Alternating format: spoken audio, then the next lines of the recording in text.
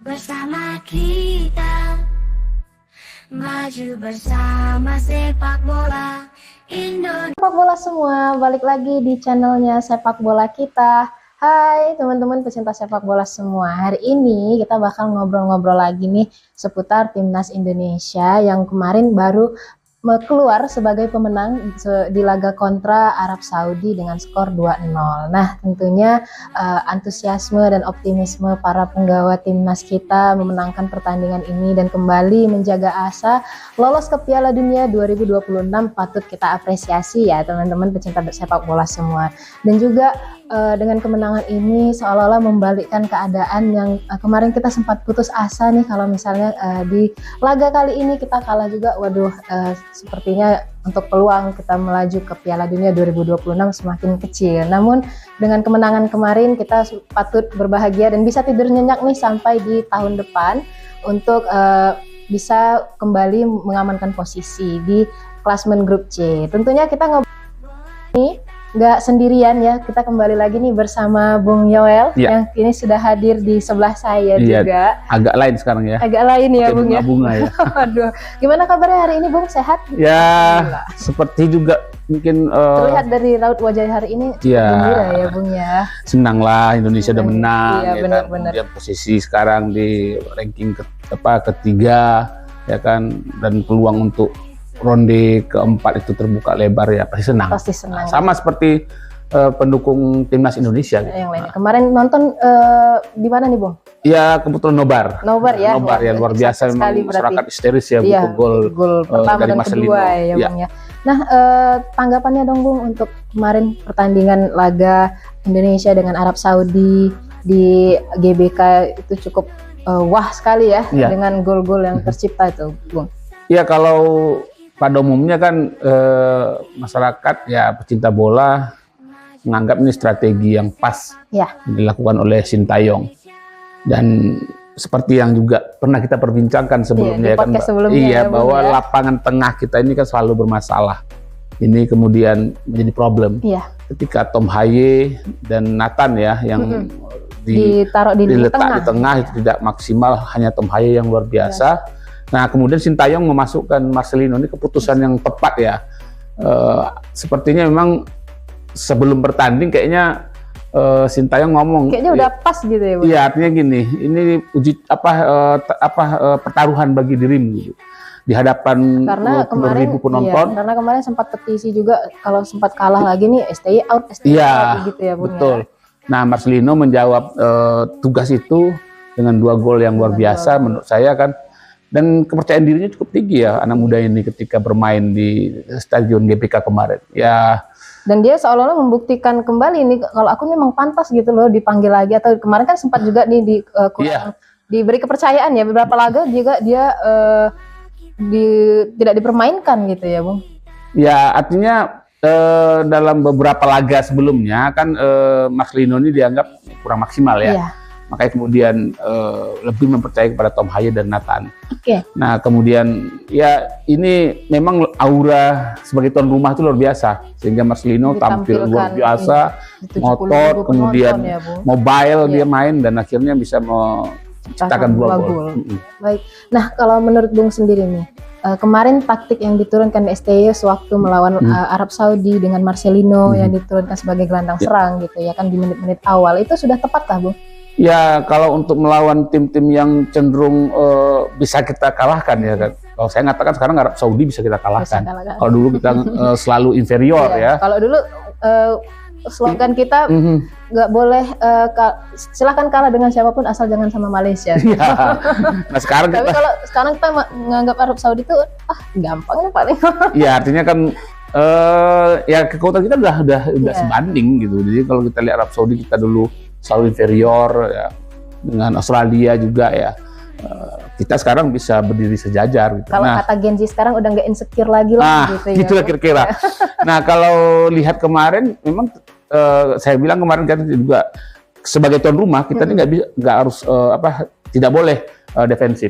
Kita harus ofensif melawan tim-tim yang kita akan hadapi, terutama Arab Saudi, Bahrain nanti dan juga Cina.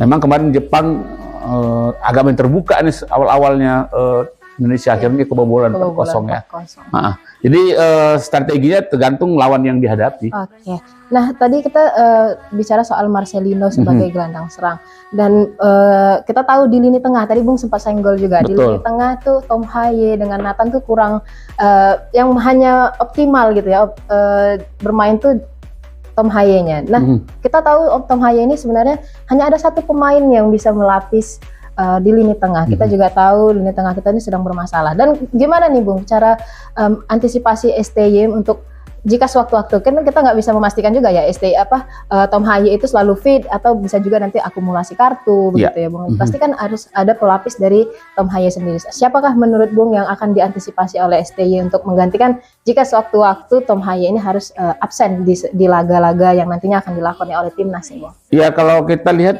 pemain gelandang bertahan kita memang praktisnya Ricky Kambuaya ya, yang jarang dimainkan. Dan kalau Witan, tapi dia selalu dipanggil. Dia selalu dipanggil. Kemudian Witan ini kan gelandang serang gitu. Memang agak membingungkan nanti ketika Tom Haye cedera, siapa penggantinya gitu. Nah, ini yang perlu dipikirkan oleh Sintayong.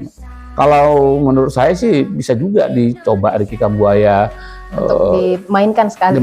Gitu dalam kalau misalnya Tom Haye dalam tidak kondisi fit atau akumulasi kartu ya. Tapi ya tergantung Sintayong sih gitu. Jadi kalau kita lihat Tom Haye ini memang ketika Jepang dia kan turun naik ini. Tapi ketika lawan Arab Saudi dia pas di posisinya. Karena ada Marcelino yang di depan gitu. Jadi umpan-umpan langsung ke kotak penalti lawan itu bisa dimaksimalkan. Gitu. Berarti dia benar-benar waktu perbedaan antara Jepang dengan Arab Saudi itu terlihat posisinya berbeda. Betul. Gitu ya, Bung, ya. Ya, memang Tom Haye ini kan gelar profesor ya. Iya, profesor nih. Dia merancang semua luar biasa. Dia nggak ada mungkin ya kita bisa lihat kemarin di laga Arab Saudi ya. Betul. Menit-menit akhir dia sempat ditarik keluar, masuk dengan Nathan kurang maksimal begitu. Iya, itu. Jadi, agak sedikit kebobolan atau mungkin agak lemah di lini tengah kita semakin. Ya, dia ini kan bisa memotong arus bola dari bawah dari tim manapun. Tapi ketika melawan Jepang dia kan turun naik ini. Jadi memang harus kita akui fisiknya juga tidak memadai untuk seorang gelandang bertahan seperti itu. Jadi kalau ditanya memang yang pas tuh Rodri ya. Dari Manchester. Kalau Rodri punya darah Indonesia mungkin diusahakan segimana mungkin ya. Betul, Rodri kalau bisa menggantikan Tom Haye melapis luar biasa. Nah, nanti kita bakal bertandang ke Australia dan ke Jepang juga. Ya. Nanti apakah dengan formasi ini atau dengan taktik ini yang diracik STY waktu melawan Arab Saudi cocok nggak menurut Bung untuk di laga nanti Australia sama Jepang nih? Ya, kalau yang sama gitu. Kita kan main lawan Australia dulu Australia dulu, baru kita menjamu Bahrain, Cina, dan kemudian Jepang terakhir. Maaf Bung, sepertinya kita laga kandang dulu ya, di Maret sepertinya. Iya, tapi kandang dulu kita, tandang dulu ya. Iya, lawan Australia. Tapi begitu nanti kita pastikan lah ya. Nah, ketika lawan Australia kita kan harus realistis. Ya, kalau bisa menahan imbang itu artinya kan akumulasi poin kita bisa nanti 13 kalau lawan Jepang kita kalah. Tapi kalau dengan kondisi ini tidak tertutup kemungkinan kita bisa mengalahkan Australia di kandang mereka juga gitu. Nggak apa-apa, kita yakin optimis saja gitu. Ini kan kemarin waktu lawan Arab Saudi kan Kevin Dix nggak main. Kevin Dix tidak main, Max Hilgers tidak main. Nah, Max Hilgers nggak main. Kemudian ada pemain naturalisasi baru yang juga siap untuk memperkuat lini serang Indonesia. Dengan komposisi seperti ini tidak tertutup kemungkinan kita bisa mengalahkan Australia juga di kandang mereka. Kalau bisa mengalahkan Australia, mengalahkan Bahrain, Cina, dan terakhir yang mudah-mudahan Jepang sudah lolos, Jepang nggak ngotot, dia menurunkan pemain lapis 2, kita finish di posisi kedua, lolos otomatis, nggak perlu ronde keempat. Nah, itu yang kita bilang kemarin, kalau lolos liburlah kita sebulan minta kepada presiden kepada Pak Prabowo nih, liburkanlah semua ini untuk menyaksikan Indonesia nanti di Piala Dunia Bung ya. Betul. Nah, nanti kan kita bakal tadi tanding lawan Australia. Ini kita tahu pemain naturalisasi Eliano nih Bung. Ini juga menimbulkan kontroversi nih. Kenapa sih Eliano nggak dimainkan? Kenapa Eliano nggak dimainkan gitu ya? Apakah menurut Bung benar nggak ada rumor-rumor nanti mungkin Eliano nih disimpan waktu lawan Australia gitu? Dia kan kecil-kecil cabai rawit. Bener nggak nih Bung menurut Bung? Ya, memang berapa lawan Jepang dan lawan Australia dia nggak diturunkan, lawan Arab Saudi kemarin nggak diturunkan. Ya Sintayong kemarin di berbagai media mengatakan dia melihat belum saatnya Eliano diturunkan, dan dia bilang belum, ya kira-kira mungkin kualitasnya atau apa gitu ya, dia anggap belum memadai untuk diturunkan gitu. Nah, tapi memang kalau kita lihat komposisinya kan dia itu kan pemain serba bisa juga. Iya. Artinya bisa memperkuat lini serang kalau nggak Indonesia. bisa mungkin nggak mungkin dinaturalisasi. Betul. Ya, Bung ya. Jadi kalau misalnya nanti lawan Bahrain, lawan Cina kita memang memerlukan gol dan sebagainya, poin penuh dan gol yang banyak, Eliano bisa menurut saya harus diturunkan gitu.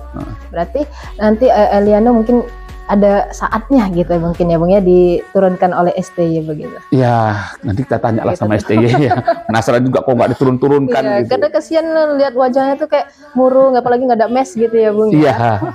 Nah tadi kita bicara soal optimisme Indonesia lolos otomatis Piala Dunia 2026 dan bukan tidak mungkin ya Bung bukan ya. Tidak bukan mungkin. tidak mungkin karena ini sudah di peringkat 3. Kita tinggal naik selangkah lagi udah di peringkat 2. Udah langsung nanti kita ke Meksiko. Mudah-mudahan benar-benar libur ya Bung ya. Betul ya. Nah, kita langsung berangkat ke Meksiko. Oh, kita nanti mau Bung. Iya.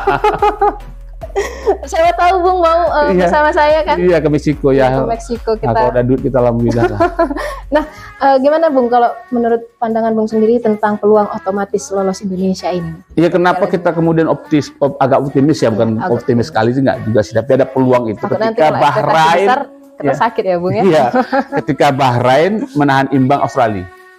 Jadi ini membuka peluang-peluang Indonesia gitu. Jadi kalkulasinya kemudian poin sekarang kan Australia punya 7 ya. Iya. Dia juga akan bertanding dengan negara-negara yang lain di grup ini. Jadi tidak tertutup kemungkinan dia juga bisa terpleset gitu. Okay. Nah, hasil imbang Australia dan Bahrain kemarin sangat mempengaruhi ya. Iya, itu gimana nih menurut Bung? Orang kan memperkirakan Australia bisa mengalahkan Bahrain. Meskipun main di kandang Bahrain ya. Sakit juga sih Bung jadi Bahrain itu. Dia merasakan juga rasanya jadi kita udah menit-menit terakhir ya, tapi kan bukan karena wasit ya. Nah, mereka karena memang dan untungnya Australia juga bisa menggolkan di menit-menit akhir dan mereka nggak suka main curang gitu ya. Betul. Nah, tadi kita bicara soal peluang Indonesia lolos otomatis ya. Peringkat kedua pastinya. Betul. Siapa sih Bung menurut Bung lawan terberat di grup C ini setelah kita melangsungkan laga di kandang ini di antara 4 kali laga nanti ini? Kalau kita lihat memang kuncinya kita di Australia nanti. Australia ya. Ya, jadi laga kuncinya nanti di Australia. Jadi kalau kita misalnya kalah atau misalnya kalah ya, kalau imbang masih bisa kita petakan. Tapi kalau sempat kita kalah, maka target realistis adalah posisi keempat, ronde keempat. Untuk lolos ke Piala Dunia. Tapi kalau kita bisa mengalahkan Australia, kita mendampingi Jepang. Karena saya yakin kita mengalahkan Australia, kemudian melawan Bahrain kita menang, lawan Cina tinggal menunggu Jepang terakhir. Dan Jepang dalam posisi yang sudah leading, sudah tidak ngambil risiko juga barangkali untuk menurunkan pemain-pemain utamanya. Ya, mungkin pemain lapis keduanya, meskipun di kandang Jepang. Ya kita realistis, tidak kalah telak. Alhamdulillah, menang seri juga. Syukurilah. Syukurilah. Karena kemarin di kandang kita kalah telak ya. Iya, di luar perkiraan itu memang gitu. Oke. Nah tadi kemarin kita lihat juga Marcelino menggolkan 2 kali. Betul. Menjaga asa kita untuk dia juga berjasa lah istilahnya ya Bung ya dengan laga dia semalam datang saat yang tepat ya. Datang di saat yang tepat, menunjukkan kalau dia tuh memang bisa begitu ya Bung ya. Nah dengan status pemain non naturalisasi gitu, bagi Marcelino, apakah membuka peluang-peluang lain bagi pemain yang non diaspora atau naturalisasi untuk dimainkan STY nih di menit-menit awal, atau ini juga bisa nih STY ini mungkin masih trauma dengan menurunkan line up pemain-pemain lokal kita saat lawan Cina kemarin. Begitu ya Bung. Jadi apa kemungkinannya antara kedua ini nih? Apakah diperbanyak menit-menit bermain bagi pemain lokal atau yang kedua? Ya kalau saya lihatnya gini, lawannya siapa dan kebutuhannya apa. Jadi kalau lawannya itu relatif bisa dikalahkan dan kita memang kebutuhan kita menang, itu saya pikir nggak bisa juga kita memaksakan pemain lokal, ya kan. Tetapi dengan kondisi lawan yang kita hadapi tidak terlalu berat, misalnya, kalau saya ngatakan lawan Bahrain atau lawan Cina, bolehlah diturunkan pemain lokal. Witan yang jarang diturunkan ya, saya pikir bisa karena dia nih tandem yang setia dengan Marcelino. Betul. Tapi Bung, apa nggak trauma melihat pemain lokal kita waktu kemarin lawan Cina? Mungkin kan kita nganggapnya mereka karena udah kalah telak dari Jepang 7-0, kalah. Ada perasaan sepele gitu ya? Ya, sepele. Jadi udahlah pemain lokal aja diturunkan. Tapi nyatanya nihil begitu, Bung. Justru kita berakhir dengan kekalahan 1-2. Ya. Nah, gimana tuh kalau menurut Bung? Ya kan gini, kita lawan Cina kemarin itu kan dengan keyakinan bisa mengalahkan Cina di kandang mereka, kemudian menurunkan pemain lokal. Tapi ingat, tidak itu saja sebenarnya yang menjadi alasan kenapa kemudian pemain lokal itu diturunkan STY gitu kan. Jadi itu saya bilang tadi, kebutuhannya seperti apa. Ya mungkin melawan Cina kemarin STY berpikir ini bisa kami kalahkan. Dicobalah pemain lokal gitu. Itu eksperimen dia ya. Ya, menurut saya itu eksperimen yang gagal gitu. Tapi kalau misalnya gini, pemain lokal kita ini dan juga pemain non naturalisasi ya, kalau main di kandang kita semangat luar biasa. Dukungan penonton itu kan aromanya lain. Iya. Nah, kita lihat bagaimana lugasnya Rizky Ridho kemarin. Wah, kalau ya, itu benteng kita kuat sekali ya. Jadi kalau ditanya alternatifnya, menurut saya Witan perlulah dimainkan. Nah, karena kemarin dia nggak sempat dapat menit bermain. Betul. Ya. Nah, ya kalau kemarin dalam tanda kutip Asnawi tidak dipakai, saya pikir dia kan bisa menebus itu ketika main diturunkan lagi oleh STY gitu. Saat melawan Bahrain dan Cina nanti. Iya, jadi pemain-pemain lokal kita ini kan terutama di Witan, Asnawi, saya pikir perlu diturunkan oleh STY gitu. Tapi kalau pemain-pemain bertahan kita sejauh ini saya belum melihat kualitas Ferrari misalnya dibanding dengan Rizky Ridho ya, atau dengan Bang Jai. Nah, Pratama menurut saya juga perlu, Arhan juga perlu karena skill melempar ke dalamnya itu luar biasa ya, Bu. Ya. Kemarin melawan Cina sempat itulah gol balasan kita ya, gol satu itu. Kalau mungkin dia nggak dimainkan masih 0 mungkin. Iya, karena kalau Arhan ini kan lain gitu. Begitu penonton yang memberikan semangat itu apa ya? Ada tenaga tambahan sepertinya gitu. Ada tenaga medis di belakang. Teriakan nama Arhan. Betul. Jadi nambah semangat dia gitu ya, Bung ya. Nah, tentu Bung tahu juga nih pemain-pemain yang akan nantinya dinaturalisasi, ini rumornya ya, Bung ya. Ada Ole Romeni yang udah sempat berfoto juga dengan ketum PSSI gitu. Ada juga nanti Mauro Gistar, ada juga Jairo Radwell gitu kan. Nanti yang rumornya bakal bergabung dengan tim Merah Putih. Nanti dengan adanya Kevin Dix, Miss Hilgers, Eliano, semuanya sudah memenuhi tim Merah Putih, tim naturalisasi ini. Apakah masih perlu untuk menaturalisasi pemain lagi nih, Bung? Karena kita mengingat tinggal 4 kali laga aja ya, Bung ya. Ya, begini kebutuhannya juga. Jadi ini kan proyek PSSI ya. Menurut saya proyek PSSI dan ambisi Erick Thohir sebagai ketua umum untuk mewujudkan mimpi jutaan masyarakat Indonesia untuk pertama sekali bisa lolos Piala Dunia di Meksiko nanti. Nah, tentu berbagai cara itu dilakukan. Ya, apapun diusahakan. Naturalisasi barangkali meskipun ada yang kontra, ada yang pro, misalnya kan ini menjadi proyeknya PSSI. Dalam konteks hari ini dia ketua umum, ya mungkin itu langkah yang ya boleh dikatakan, saya mengatakan untuk sementara mengenyampingkanlah bakat-bakat lokal kita. Tapi ketika nanti sudah duduk, misalnya ya kalau sudah tercapai cita-cita PSSI, makin bisa dibenahi lah ya. Kan ini yang ini sekarang udah kepalang basah.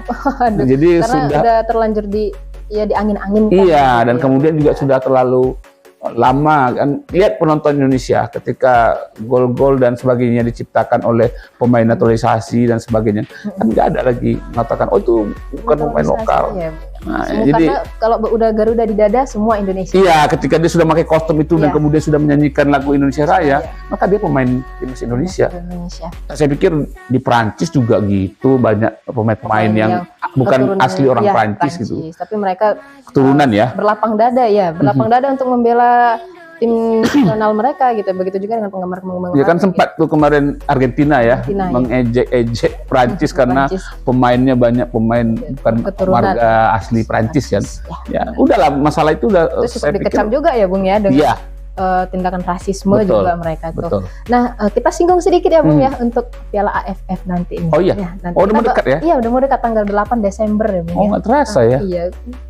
Sebagai media hiburan kita juga nih untuk kalau kata netizen Indonesia jumpa di Malaysia katanya. Jumpa adik Malaysia. Kita sebenarnya dengan candaan-candaan udah biasa ikut kualifikasi Piala Asia jadi asing nengok bendera ASEAN katanya. So, jumawa sekali ya Bung ya. Netizen kita ini luar biasa. Nah, itu gimana Bung dengan squad yang akan nanti diturunkan oleh STY? Nanti kita bakal mungkin ngobrol-ngobrol lagi soal itu, tapi kita singgung sedikit aja. Ya, kalau STY kan mengatakan pemain usia 22 tahun ya, kita turunkan. Tambah mungkin Asnawi yang sebagai kapten kesebelasan. Kita belum pernah juara loh ini. Nah, itu masalahnya gitu. Ya, pasti. Dan banyak juga omongan-omongan pemain sepak bola yang dulu untuk apa ikut Piala Dunia kalau nggak pernah. Iya, gitu. Jadi gimana sih itu Bung? Ya, kalau kita sudah lama kemarin tahun 91 kita nggak pernah juara SEA Games, kemudian kita juara SEA Games lagi. Indra Syafri pelatihnya. Nah, sekarang kita sudah melewati sudah melewati sedikit prestasi dari negara-negara ASEAN, terutama Thailand dan Vietnam dalam kualifikasi Piala Dunia. Makanya nggak salah juga netizen Indonesia jumawa ya Bung. Betul. Nah, justru Piala AFF ini kita belum pernah juara. Itu yang emang problem ya. Kenapa gitu? AFF senior ya Bung ya. Betul. Ya bukannya kalau yang U19 dan sebagainya kita udah berapa 16 kita pernah sudah sering juara. Nah, yang senior ini gitu, Thailand sudah beberapa kali, Vietnam gitu. Bahkan Singapura sudah pernah juara. Ya kan? Hanya kita aja yang belum ya. Makanya Piala AFF nih di PSSI. Betul, makanya kalau ini ya memang agak sombong sedikit Indonesia nih. Ini tim yang besar nih datang. Angkat dagu gitu ya Bung. Iya, jadi ketika menghadap Indonesia, apalagi dengan sekelompok dengan Myanmar, Laos gitu ya, jadi rasanya gitulah. Ya. Mudah-mudahan kita tidak terlalu sombong terlalu sombong, justru nanti malah berakhir sepele. Wah, kita kalah sama tim-tim ASEAN agak malu kita juga pernah ya, sombong Indonesia ini dan dikalahkan Brunei. Waduh. Iya? Dikalahkan Brunei dan itu muka kita nggak tahu diletak di mana gitu. Terlalu sombong kita, kira Brunei pun mengalahkan kita. Bahkan Brunei itu langganan. Sepele ya Bung ya. Oke, nah tadi kita udah ngobrol-ngobrol nih Bung. Nanti kita mungkin ngobrol lagi seputar AFF nanti ya Bung ya. Boleh. Nah, masih 8 Desember ya? 8 Desember. Sudah terasa ya. Beberapa minggu lagi lah. Pasti kita nonton lagi nih untuk Piala AFF nanti. Ya, karena itu memang karena kita di sini targetnya pasti harus menang. Harus juara. Harus juara gitu. Dan yang walaupun kata Erick Thohir ini sebagai trial saja, tapi kan karena itu biasa. Kadang-kadang kan sudah ya tadi kita sedikit gitu ya, sudah merasa sedikit di atas pemain ASEAN. Jadi kalaupun kita kalah gak juara, udahlah biasa lah, itu namanya juga dicoba ini. Ya nggak bisa juga gitu. Apapun tetap Indonesia harus bisa juara. Oke, nah tadi Bung sudah kita ngobrol-ngobrol ya untuk timnas kita. Nanti kita bakal menghadapi Piala AFF juga, yang pastinya nggak kalah seru juga. Mungkin ya pemain-pemain kelompok umur mungkin bakal dipanggil STY ke senior untuk Piala AFF nanti. Terima kasih banyak Bung untuk bincang-bincang kita hari ini, untuk pendapatnya, untuk sumringahnya hari ini. Karena Indonesia baru menang ya. Bisa tidur nyenyak kita sampai di tahun depan ya Bung ya, karena posisi udah peringkat ketiga nih. Udah nggak takut lagi ke. Terima kasih banyak ya Bung ya untuk hari ini. Salam sepak bola Bung. Oke, tadi kita sudah ngobrol-ngobrol sama Bung Yoel seputar timnas Indonesia yang baru saja melakoni laga kontra Arab Saudi dan keluar sebagai pemenang. Nah, untuk teman-teman semua yang ingin membaca ulasan sepak bola kita, bisa langsung ke webnya sepakbolakita.com, dan juga jangan lupa untuk di like, komen, dan subscribe di YouTube channel Sepak Bola Kita. Terima kasih teman-teman semua. Sepak bola kita, bersama kita, maju bersama sepak bola Indonesia.